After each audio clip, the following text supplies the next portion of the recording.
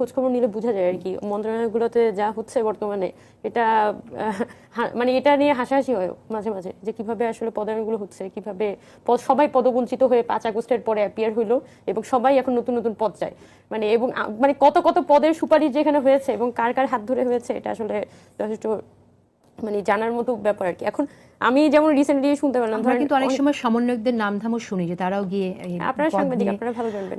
এখন ধরেন আমি 5-10টা মন্ত্রণালয় এমনি আপনি নাম ধরে বলতে পারবেন যেসব মন্ত্রণালয় আসলে বর্তমান যে উপদেষ্টা তাদের আসলে কোনো ধরনের হাত নাই এবং মন্ত্রণালয়গুলো তারা আসলে সচিবদের কাছে দিয়ে দিয়েছে। কোন কোন মন্ত্রণালয়? আমি তো খুব আপনার মুখ থেকে একটু শুনি। না, আমি খুব খোলামেলাই বলি, যেমন আমি বিজ্ঞান ও প্রযুক্তি মন্ত্রণালয়ের ব্যাপারে খুব খোলামেলা খোঁজ নিয়ে জেনেছি যে এটা বর্তমান যে সিনিয়র সচিব মোকাব্বির হোসেন, উনি একা হাতে চালাচ্ছেন, ওনার যা মন চায় উনি করেন, যার কথা শুনতে মন চায় শুনেন, যার কথা শুনতে মন চায় শুনেন না। এটা বর্তমানে ওই মন্ত্রণালয় এইভাবেই চলছে এবং উনি একটা কি বলে সিইও উপদেষ্টা হয়ে বসে আছেন। তো এটা হচ্ছে ধরেন একটা মন্ত্রণালয়ের উদাহরণ। ডক্টর মোহাম্মদ ইউনূসের কাছে 6টা মন্ত্রণালয় আছে, এখানে হয়তো স্যার আসলে কতটা চালাতে পারেন, কতগুলো আসলে সচিবদের কাছে আছে, এগুলো বাংলাদেশে ইভেন অনেক যেগুলো ধরেন জনপ্রশাসন মন্ত্রণালয় বলি বা স্থানীয় সরকার মন্ত্রণালয় বলি, অনেকগুলো মন্ত্রণালয়, কারণ উপদেষ্টারা তো সব এই বিষয়ে এক্সপার্ট না, ওই স্পেসিফিক মন্ত্রণালয়গুলো তো তারা বছরের পর বছর চালাচ্ছেন না, বা ইভেন তারা পাবলিক ডিল করেও কিন্তু এখানে উপদেষ্টা হিসেবে আসেন নাই।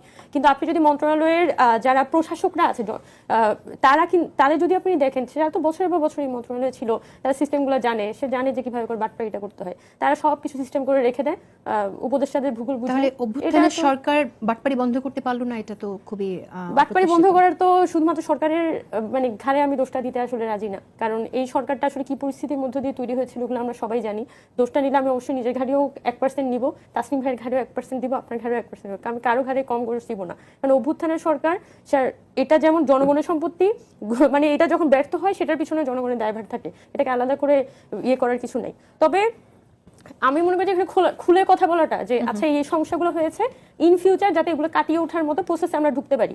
এবং যেহেতু বাংলাদেশে বর্তমানে কথাবার্তা বলা যায়, অন্তত কথাবার্তার ক্ষেত্রে তো রেস্ট্রিকশন নেই, তো অন্তত আমরা কথাগুলো বলে যাই। একটা সাধারণ মানুষ যিনি আমার কথা শুনছেন, যার হয়তো ওই তথ্যের কি বলা যায়, তথ্যের প্রতি কি বলে উনি প্রবেশ করতে পারবেন না, তার সে যাতে অন্তত জানে এবং অন্তত এই বিষয়টা সম্পর্কে ওয়াকিবহাল থাকে। তো বাংলাদেশে মানে এটা একটা বড় রিজন যে কেন আসলে বিচারগুলো প্রপারলি হচ্ছে না, কেন সিস্টেমটা আসলে ঠিকমতো ফাংশন করছে না, কারণ প্রশাসকরা যারা আছে, বিভিন্ন মন্ত্রণালয়গুলো যারা কন্ট্রোল করে, তারাই অ্যাকচুয়ালি দেশ এটাকে বন্ধর বানিয়ে রেখেছে।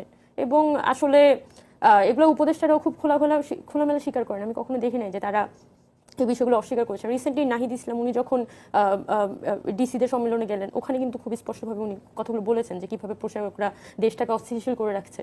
তো সেখানে আসলে যারা দায়িত্বে আছেন, যারা সিগনেচারি এখানে